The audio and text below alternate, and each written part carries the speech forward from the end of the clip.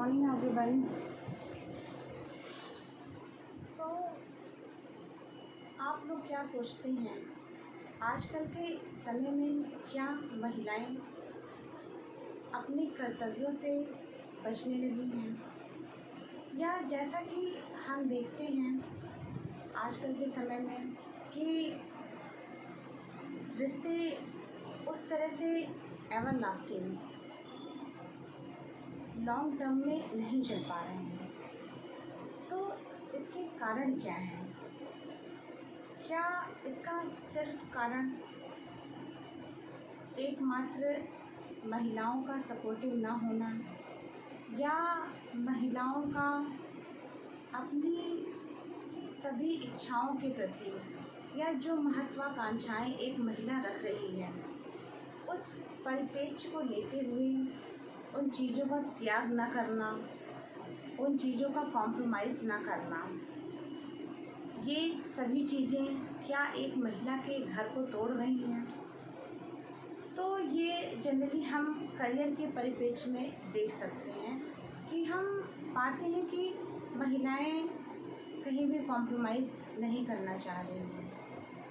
तो क्या ये जायज़ है कि महिलाओं को हम कहीं भी अब कॉम्प्रोमाइज़ करते हुए नहीं देख रहे हैं? अमूमन पुरुषों द्वारा या इस समाज के द्वारा महिलाओं पर कथित तौर पर आरोप लगाए जाते रहे हैं कि महिलाएं बहुत ही पढ़ी लिखी हो गई हैं, शिक्षित हो गई हैं, इसलिए वो अब घर की तरफ ध्यान न देकर अपनी आज़ादी पर, अपनी निजता पर, अपनी स्वेच्छाचारिता पर, कि जैसा वो रहना चाहें वैसा रहें, उस तरीके से रहें और रह भी रही हैं। तो क्या ये सभी चीज़ें महिलाओं के घरों को तोड़ रही हैं? क्या उनका ये स्वावलंबी बनना एक सामाजिक विघटन का कारण है, पारिवारिक विघटन का कारण है? तो चलिए जानते हैं।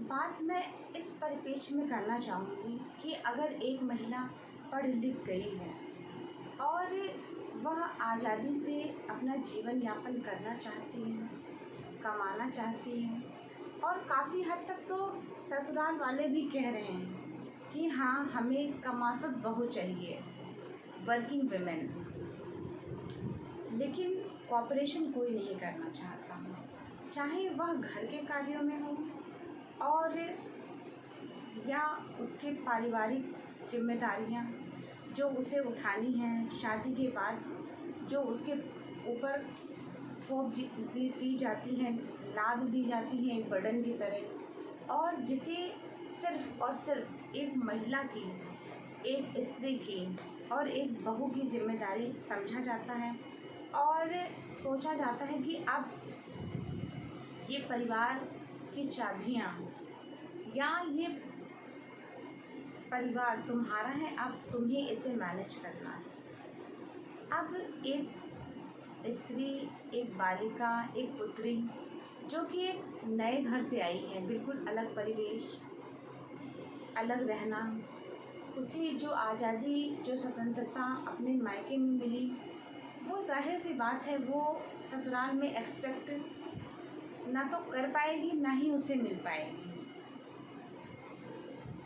और इसीलिए लोग अकेले रहना पसंद कर रहे हैं। इसीलिए जो लोग, अगर महिला पुरुष दोनों वर्किंग हैं, तो वो लोग साथ में सेपरेट, परिवार से अलग, कहीं दूर शिफ्ट होकर रहना पसंद कर रहे हैं, ताकि पारिवारिक कलह से दूर रहा जा सके।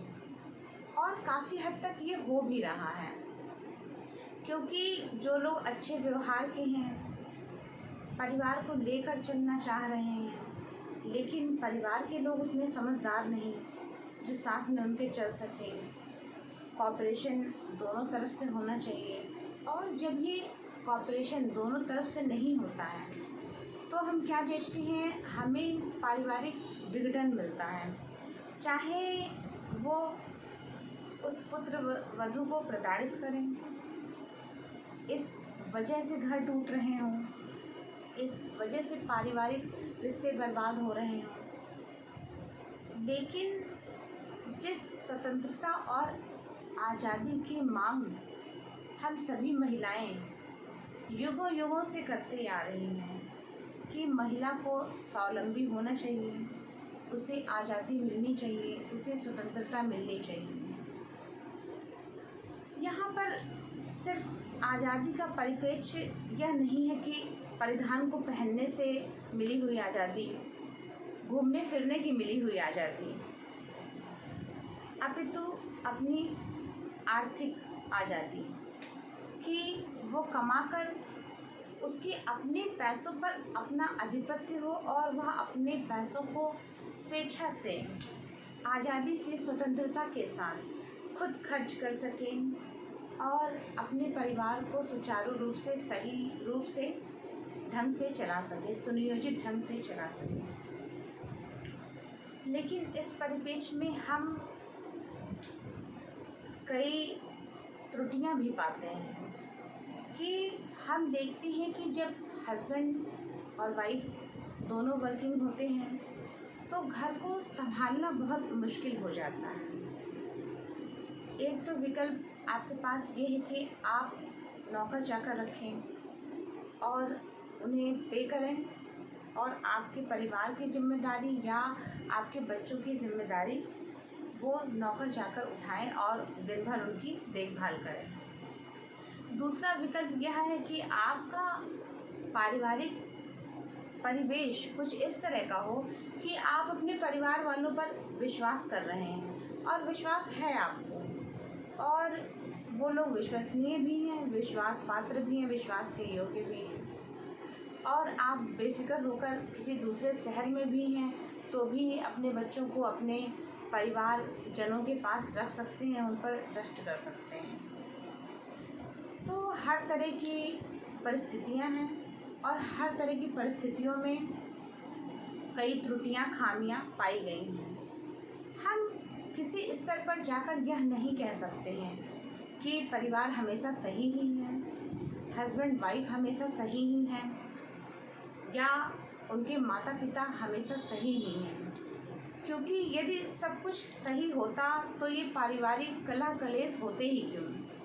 लोगों के बीच आपसी ये वैमनस्य, ये दरारें, ये मतभेद, ये मनमुटाव होते ही क्यों? लेकिन हम जो आजकल जो कुछ भी देखते हैं और देख पाते हैं कि रिश्तों पर से विश्वास उठ रहा है लोगों का, आपसी तालमेल, सामंजस्य बैठ नहीं पाता, चाहे वह अपने रिश्तों को लेकर हो या आपकी आपसी सामंजस्य तालमेल हो। तो इससे इतर लोग अलग रहकर, दूर रहकर एक शांति भरा जीवन जीना चाह रहे हैं और बहुत से लोग जी भी रहे हैं, तो वह भी कोई गलत नहीं है, क्योंकि रोज़ साथ में रहकर लड़ने से बेहतर विकल्प यही है कि शांतिपूर्वक रहा जाए और जो एक मेंटल पीस है वो आपके डिस्टर्ब ना होने पाए, क्योंकि आप दोनों ही व्यक्तियों को जॉब करनी है, अपनी धन कमाना है, धनार्जन करना है, अपने बच्चों का भविष्य देखना है और पारिवारिक जिम्मेदारियों को भी निभाना है। तो समस्या प्रारंभ यहाँ से होती है कि जब हम आपस में तालमेल नहीं बिठा पाते हैं। हम मुंह से कहते तो हैं, वक्तव्य तो देते हैं, वाक्यांश तो बनाते हैं, स्टेटमेंट तो बनाते हैं कि हमने तो अपनी बहू को पूरी तरह से आज़ादी दे रखी है, वो चाहे जो कुछ पहने, जो अटायर धारण करना चाहे धारण कर सकती है, हमारी तरफ से कोई पाबंदी नहीं है। लेकिन क्या वास्तव में ऐसा हो पाया है?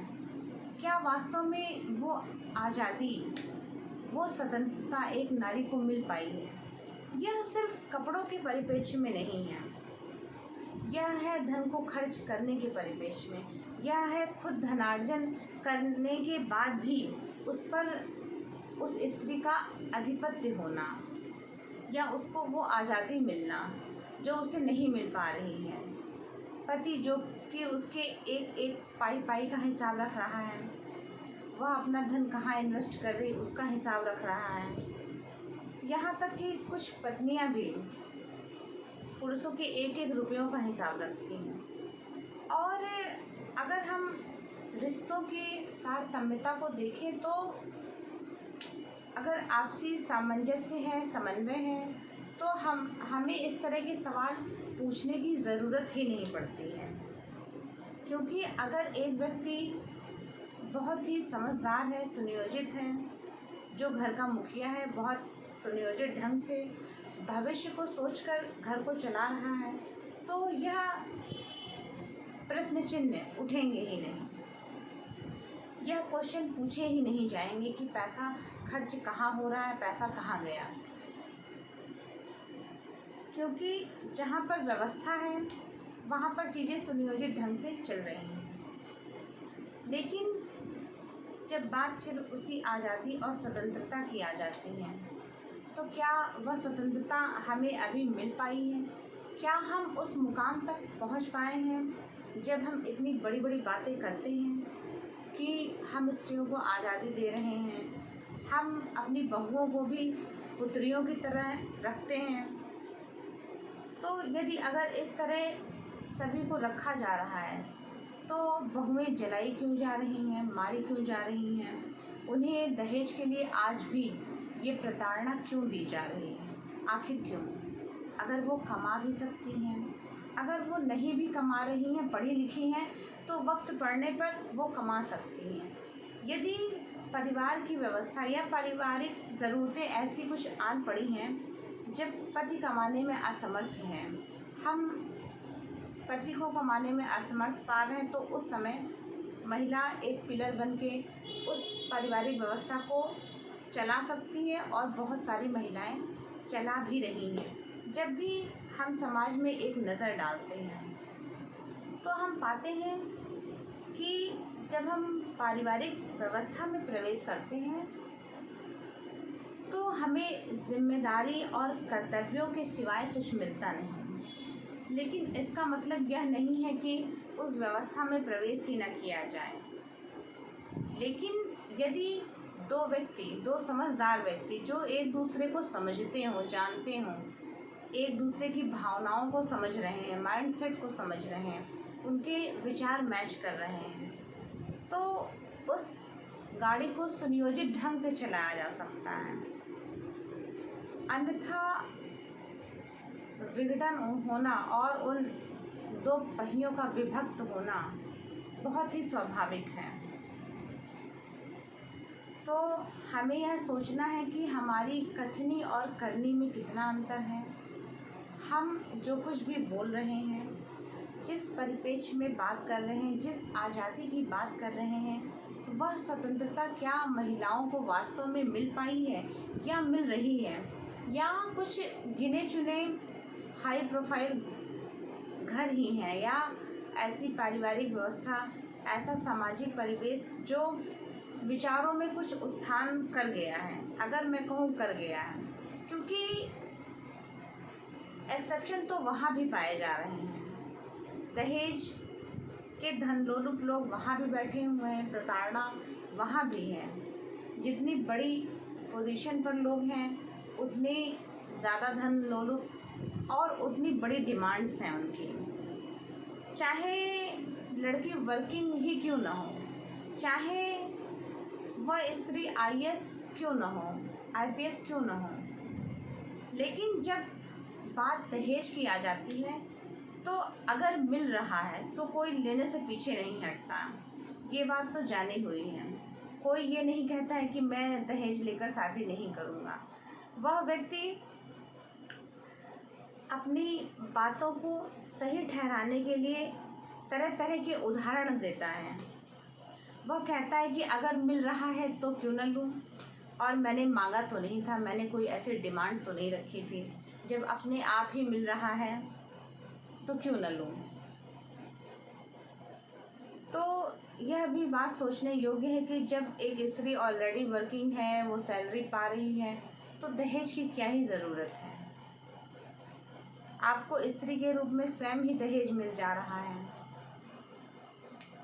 तो इस तरह से हम देख रहे हैं कि जो सामाजिक मानसिकता धीरे धीरे बदल रही है और जिसे और बदलने की ज़रूरत है और ग्रो करने की ज़रूरत है और ग्रूम करने की ज़रूरत है, और जिन विचारों को और सैद्धांतिक महत्व के साथ उन्हें और ऊंचाइयों पर ले जाने की ज़रूरत है, उस ओर हमें कदम उठाने चाहिए।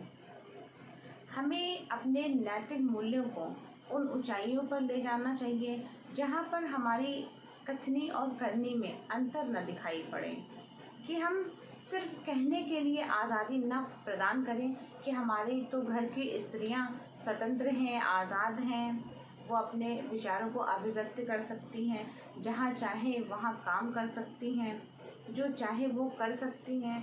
तो यह सब बातें सिर्फ कहने के लिए ना कही जाएं, बल्कि उनको धरातल पर उतारा जाए, बल्कि उनका आत्मसात करके उनका प्रगटीकरण धरातल पर होना चाहिए, उनका क्रियान्वयन होना चाहिए लोगों के द्वारा।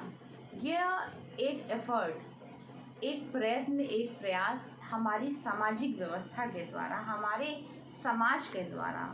और ये समाज बनता किससे है? हम और आप मिलकर ये समाज बना रहे हैं। तो हमें और आपको मिलकर ये प्रयास करना पड़ेगा कि स्त्रियों की वस्तु परिस्थिति सुधरे, उनका जो सामाजिक स्तर है, सामाजिक व्यवस्था है, जो उन्हें आज़ादी वास्तव में मिलनी चाहिए, वास्तव में जिसकी वो हकदार हैं वो उन्हें मिलनी चाहिए, उस ओर कदम उठाने चाहिए। तो आज के लिए बस इतना ही। Thank you.